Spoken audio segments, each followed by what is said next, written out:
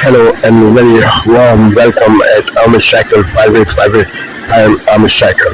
Foreign news have been reported by American, European, Asian, African, Australian news channels and the news agencies. So please let's go to the headlines.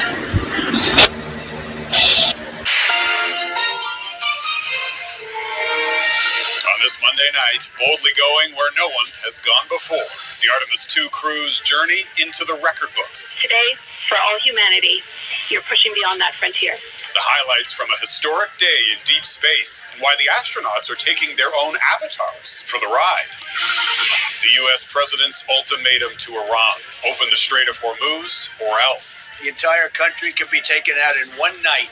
How Tehran is responding as another Iranian leader is assassinated. Soaring costs. How Canadian airlines are reacting to sky-high fuel prices. Plus, hoop dreams. Very grateful, thankful to be here. An event for the next generation of Canadian basketball stars that could be a game changer. Global National with Donna Friesen. Reporting tonight, Jeff Semple. Good evening and thank you for joining us. We begin with breaking news that is truly out of this world. The Artemis II crew has now traveled farther from Earth than anyone in human history, surpassing the record set way back in 1970. And tonight, the four astronauts, including Canadian Jeremy Hansen, completed the most critical phase of their mission, passing behind the far side of the moon for the first time. Take a look at this. The Orion spacecraft, the moon, and the Earth. David Muir, ABC's World News Tonight, America's most watched newscast. Now streaming same day with all the breaking news of the day on Disney Plus. Most watched, most trusted. Now on Disney Plus every night. Tonight, the breaking news, just as we come on here, what astronauts are now seeing as they pass by the moon, and we'll show it to you right here. Also tonight, President Trump's new threat to Iran, demanding a deal in hours or every bridge in Iran, every power plant will be burning, exploding. Tonight, President Trump is asked, are you winding down the war or are you escalating it? He said, I don't know, saying there must be a deal to open the Strait of Hormuz by 8 p.m. Eastern, saying the entire country can be taken out in one night. Also new tonight, what we did not know about that wounded American colonel rescued after that American F-15 shot down over Iran. That wounded airman climbing thousands of feet up treacherous terrain. How he signaled for help. Martha Raddatz is here with what she's learned. Also breaking at this hour, the history now being made. The astronauts on Artemis II right now becoming the first to see much of the far side of the moon with their own eyes. Communications with them going dark. Silence. Gio Benitez here on The Reason Why. Back home tonight, the urgent search and rescue operation underway at this hour for an American woman in the Bahamas. Her husband says she fell off a boat with the key to the boat and was swept out to sea. He says he had to paddle back for help. Tonight, the ABC News exclusive. Little House of the Prairie actress Melissa Gilbert, right here, fiercely defending her husband, actor-director Timothy Busfield, arrested and accused of criminal sexual contact with a minor. What she now says. Tonight, the tragedy on a family vacation. A father of three drowning after saving two of his children. That father caught in a rip current. Tonight, a passenger giving birth on a plane flying to JFK Airport. You have to hear what they say to air traffic control and what they say back. The alarming moments at an Easter event. Look at this, children pulled away amid a massive Easter egg drop. How this went wrong. And America's strong tonight. The Eagles have landed. Jackie and Shadow and their two new Eaglets right here tonight. From ABC News World Headquarters in New York, this is World News Tonight with David Muir. Good evening. As we come on the air in the West tonight, we do begin with breaking news on multiple fronts. President Trump's new threat tonight to Iran. This is Asia Now. It's 12 p.m. in Singapore and Hong Kong, 9:30 in New Delhi, and 11 o'clock in Jakarta. I'm Rani Samtani. At this hour, history made. Astronauts set a new record, venturing farther into space than ever before. The Artemis II mission completes the landmark lunar flyby and is on its way home to Earth. Vietnam's parliament elects the ruling Communist Party's General Secretary To Lam as the country's new president, putting him in control of both the party and the state. And President Donald Trump threatens a new rampage on Iran as his deadline for a deal nears. Tehran rejects proposals for a temporary ceasefire, demanding a permanent end to the war.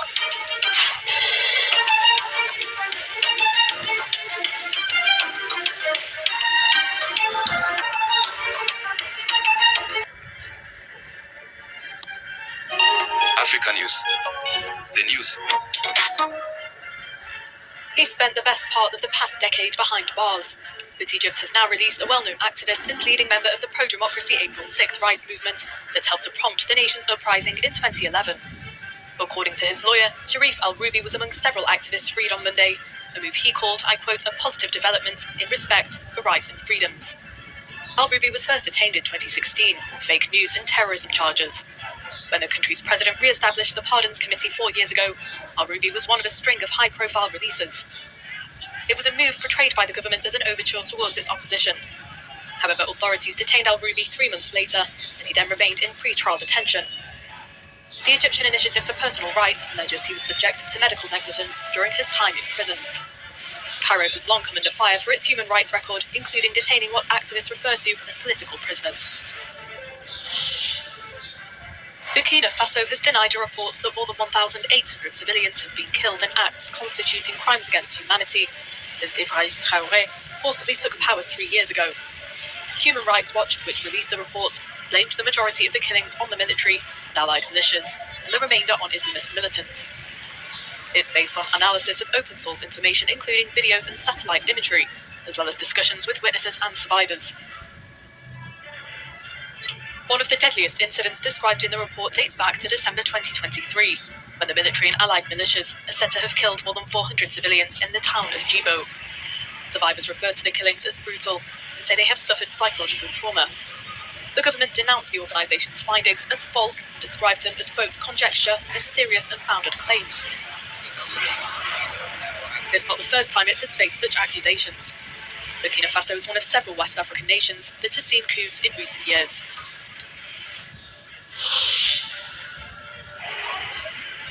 Another warning from US President Donald Trump against Iran as the US and Israel press ahead with their campaign of airstrikes across the country. Trump warned that the entirety of Iran could be, quote, taken out on Tuesday. Late Thursday night, an American F-15 fighter jet went down deep inside enemy territory in Iran while participating in Operation Epic Fury, where we're doing unbelievably well at a level that nobody's ever seen before. The entire country could be taken out in one night, and that night might be tomorrow night. Israel bombed Iran's largest petrochemical complex on Monday. The plant's operator then said the situation was, quote, under control. This is a school like no other in Kenya. At Greenland Girls' School in Kajiado County, every... It's our duty to keep asking.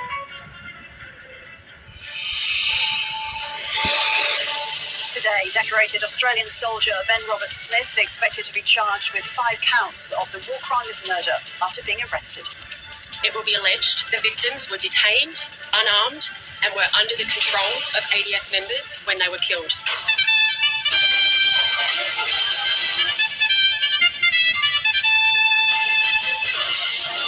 The US president again threatens mass destruction in Iran if a ceasefire deal isn't reached by tomorrow morning. He's also taken another swipe at Australia and other US allies for not supporting the war effort. Look up and see the moon right now. We see you too. And the Artemis 2 crew homeward bound after travelling the furthest distance from Earth ever and viewing the far side of the moon.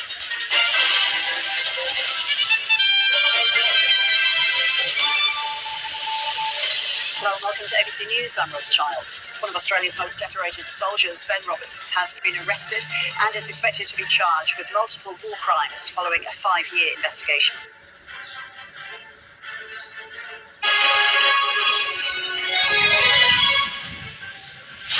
This is Sky News, the headlines. Donald Trump congratulates the Artemis 2 crew and NASA after they became the first humans to travel the furthest distance in space from Earth. Relief after the astronauts regained communication with planet Earth after a planned blackout during their lunar flyby. The crew have also become the first humans to witness a solar eclipse from space and are now beginning their journey home. As humanity celebrates a record achievement in space travel, America carries out their largest days of strikes in the Iran war so far. The entire country could be taken out in one night, and that night might be tomorrow night. Plus, thousands of resident doctors will strike again today in their standoff over pay, while the NHS urges those in need not to put off seeking care.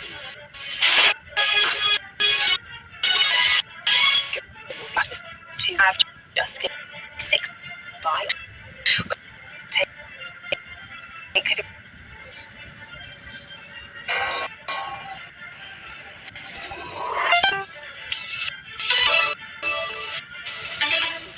DW News, our top stories. Iran's foreign ministry spokesman is accusing Washington of saying one thing and doing another by threatening more attacks while simultaneously proposing negotiations. After Iran rejected a U.S. ceasefire proposal, President Donald Trump appeared to give Iran a Tuesday deadline for opening the Strait of Hormuz or face further attacks. The crew of Artemis 2 is on its way back to Earth after completing a historic lunar flyby. The trip included a 40-minute communications blackout as they traveled around the far side of the moon.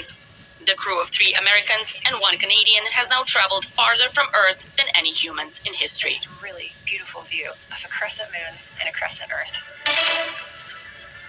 Hospital officials say at least 10 people were killed in an Israeli airstrike near the Maghazi refugee camp in central Gaza. Witnesses say the strike followed clashes between anti-Hamas gunmen backed by Israel and Hamas-backed residents.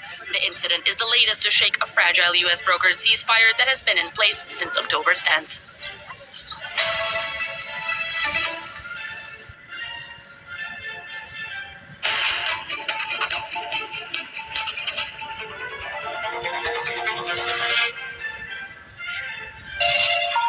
Hello and a warm welcome to you watching Daybreak on France 24. These are the headlines.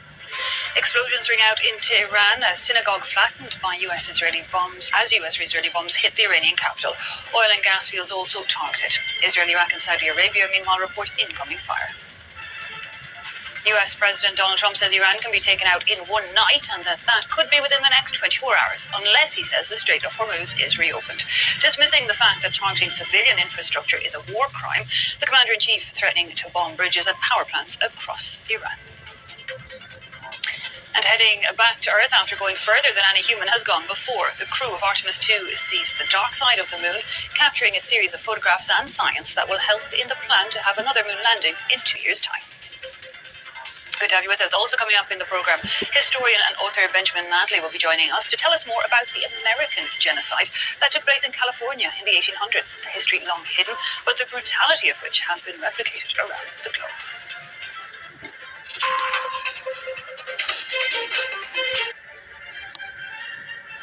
Reaction. South Carolina Senator Lindsey Graham. A lot of people think that you're a hawk, and in many ways you are. You believe radical Islamic terrorists are an existential threat to the world. I agree with you on that point. But even you are praying for a deal. You want this deal to go through. Yeah. What do you think the odds are? Yeah. Well, I don't know. We'll know pretty soon when we're by 8 o'clock tomorrow. Sure, I prefer a deal. What's the goal of the deal is to make sure Iran cannot be the largest state sponsor of terrorism like they were for 47 years. They can't have a missile program that can affect Europe or the United States. And they forever will be denied a nuclear weapons capability. The Strait of Hormuz not only has to be open, it can never be controlled again by Iran. All the 60% uranium has to be taken out of Iran. There can't be 1 ounce of this 60% grade uranium left in Iran. That would be a bad outcome. They could make a dirty bomb or one day enrich to 90%. So my goal is to get it right. I prefer diplomacy, but if we have to use military force, we're going to do it. The one thing Trump has tried to do is get it right. Everybody else talked about it, but nobody did a damn thing. Trump has done it right. Their military has been obliterated. The goals of no nukes, no missiles, no state sponsor of terrorism were inside the 10-yard line. As to the Strait of Hormuz, right now they're charging ships, the IRGC, the Iranians, to go through the straits, and they're taking the yuan, not the dollar. One threat of this whole debacle is if we start allowing the Chinese currency to be traded in oil, that will hurt the dollar. In 1974, every barrel of oil sold and traded in the world is traded in dollars. Now, what are the Iranians trying to do? They're trying to change the currency from a dollar to a Chinese yuan, and that's an attack on the dollar. And that needs to end, too. So I'm very optimistic that President Trump's going to bring this regime to an end one way or the other. I prefer diplomacy. But this time tomorrow night, they're either going to do a deal that makes sense for the world and the region and for Iran itself, or we're going to blow them